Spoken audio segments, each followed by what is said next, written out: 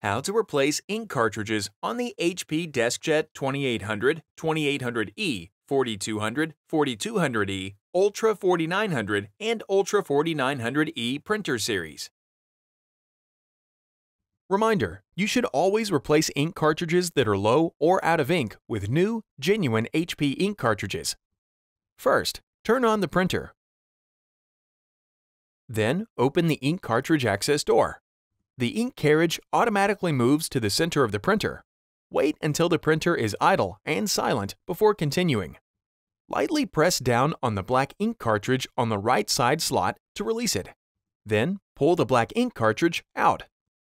Remove the new black ink cartridge from its packaging, then carefully remove the plastic tape using the pull tab. Caution: don't touch the copper-colored contacts or the ink nozzles. Handling these parts can result in clogs, ink failure, and bad electrical connections. Hold the black ink cartridge by its sides, with the nozzles facing the printer. Carefully insert it into the right side slot.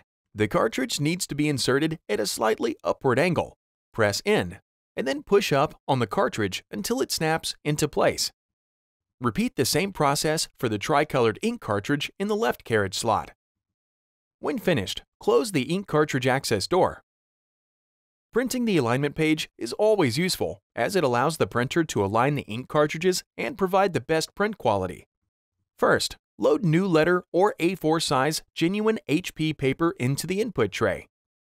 Then run the HP Smart app. Select Printer Settings. Then select Print Quality Tools. Then select Align Printheads.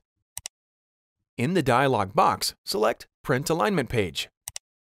An alignment page prints. Now follow the on-screen instructions to align the cartridges. Find more helpful videos on our HP Support YouTube channel.